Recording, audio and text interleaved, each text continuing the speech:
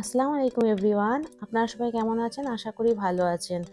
আজকে আমি যে ভিডিওটা শেয়ার করব সেটা হচ্ছে কালকে সন্ধ্যেবেলাকার আমার খুব বিজি টাইমের যে একটা ভিডিও বানিয়েছিলাম সেটাই আপনাদের সঙ্গে শেয়ার করব।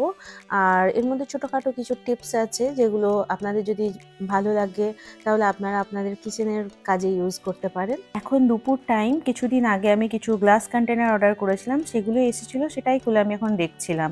আর এগুলো আনানোর কারণ হলো আমাদের সবার রান্নাঘরেতেই দেখবেন এরকম বেশ কিছু মশলা থাকে যেগুলোর ইউজ একটু কম হয় রেগুলার মশলার থেকে। আর সেই মশলাগুলো আমি ফ্রিজে অলওয়েজ রাখি, আর যেগুলো রাবার ব্যান্ড লাগিয়ে প্যাকেটের মধ্যেই রাখি। কিন্তু সমস্যা এটা হয় যে রাবার ব্যান্ডগুলো থাকতে থাকতে কখন লুজ হয়ে গিয়ে নিজেই ছিঁড়ে যায়, আর অনেক মশলা একসাথে থাকার কারণে উল্টে পাল্টেও যায়। কিছুদিন আগেই যেটা হয়েছিল আমার সাথে, তাই ভাবলাম যে কটা কন্টেনার আনিয়েই ফেলি। আর কন্টেনারগুলো যেহেতু প্লেন কাঁচের, সুতরাং কোনটাই কী মশলা রেখেছি বুঝতে পারবো না, তাই জন্য এই লেবেলগুলোও সাথে আনিয়ে নিলাম। মশলার নাম লিখে রাখলে আমারই বুঝতে সুবিধা হবে পরে কোনটায় কি মশলা রেখেছি। মশলার ডিব্বাগুলো ছিল 200 ml এর, আর খুব সুন্দর এয়ার টাইট ছিল। এই যে জারের মুখটা দেখেই বুঝতে পারছেন, ঢাকনাটা দেখে। আর এখানে 12টা ছিল টোটাল, আর দামটাও খুব রিজনেবল লেগেছে আমাকে, ওর জন্য নিয়ে নিলাম। আর কাঁচের নিলে একটা কি সুবিধা হয়, কাঁচের নিলে নোংরা হয়ে গেলে পরে ধুয়ে দিলে আবার একদম যেমন কি পরিষ্কার ছিল সেরকম হয়ে যায়। তো এগুলো আমি ধুয়ে শুকিয়ে নিয়েছিলাম, শুকিয়ে নিয়ে এখন সন্ধ্যেবেলা সব জারগুলো শুকিয়ে গেছে। আমি যা মশলাগুলো আমার প্যাকেটে ছিল যেগুলো, এই যে এইটার কথাই বলছিলাম, এরকম রাবারগুলো অটোমেটিক ছিঁড়ে যায়।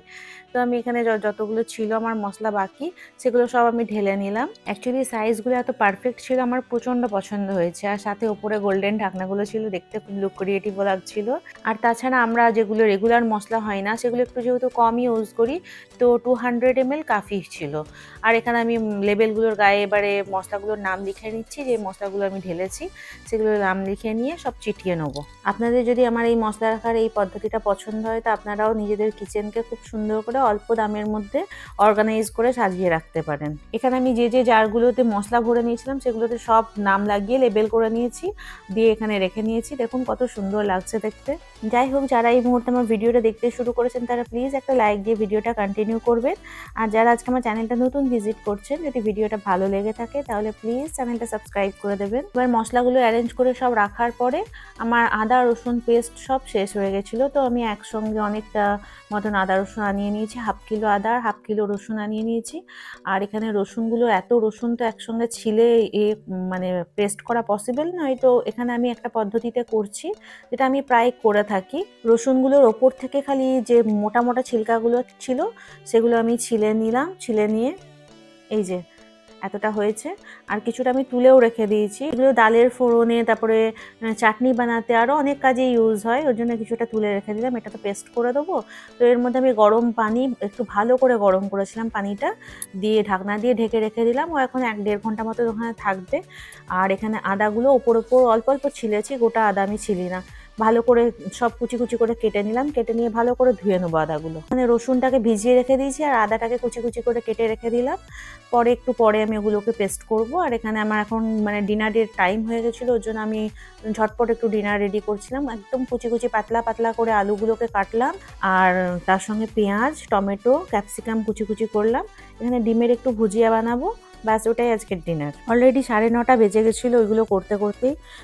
তো আমি ঝটপট করছিলাম, ঝটপটের মধ্যেই ডিম আলুর ভুজিয়া আছে, আমার মাথায় আর কিছুই আসেনি। এটা বানাতে হার্ডলি 15 মিনিট লাগে, 15 থেকে 20 মিনিট লাগে, ওর বেশি তো লাগে না। তো এখানে আমি পেঁয়াজ তো কাটা হয়ে গেছিলো, আমি এখানে টমেটো আর ক্যাপসিকাম এগুলোও কুচি কুচি করে নিলাম। ফোড়ন দিয়ে একটা কড়াই চাপিয়ে নিলাম, কড়াইতে একটু সর্ষের তেল দিলাম। একটু সর্ষের তেলটা ভালো করে গরম হলে পরে ফার্স্টে আগে যে আলুগুলো কেটে রেখেছিলাম কুচি কুচি করে, একদম মিহি করে কেটেছিলাম যাতে জলদি সেদ্ধ হয়ে যায়, তো আলুটাকে দিয়ে দিলাম, নুন দিয়ে হালকা নেড়ে ছেড়ে একটু ঢেকে রেখে দিলাম। 5 মিনিট মতন ঢাকবো, ওতেই সেদ্ধ হয়ে যাবে।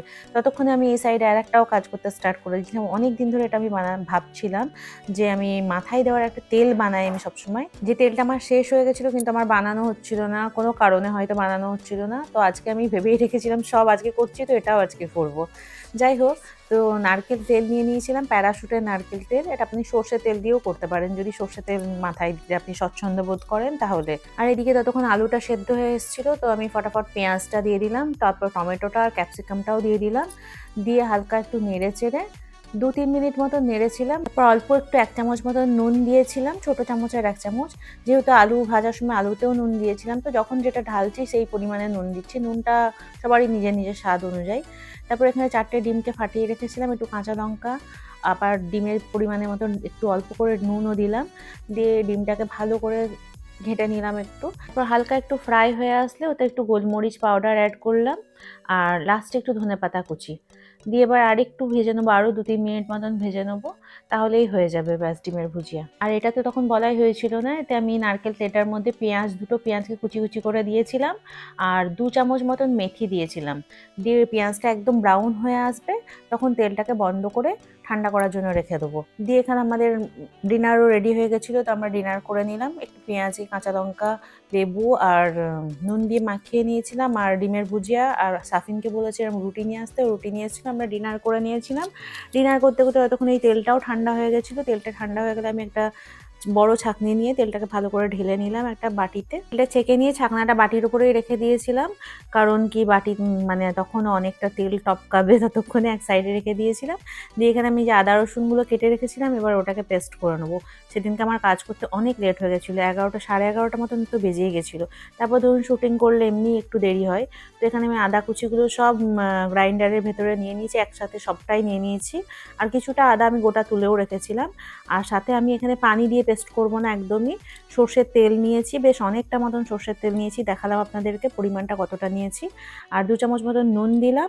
নুন দিয়ে এবার এটা গ্রাইন্ডারে পালস মোডে ঘুরিয়ে বেশ 5-7 মিনিট মতন লাগে পুরো ভালো করে পেস্ট করতে। পানি ইউজ করেও আদা রসুন পেস্ট করা যায়, অবশ্যই যায়, আমি অনেকবার করেছি। কিন্তু ওতে কি হয়, আপনি যদি 1 মাস রাখার চেষ্টা করেন, 1 মাস থাকবে না ওটা, ওপরে একটা হালকা মানে ফাঙ্গাস মতন পড়ে যাবে।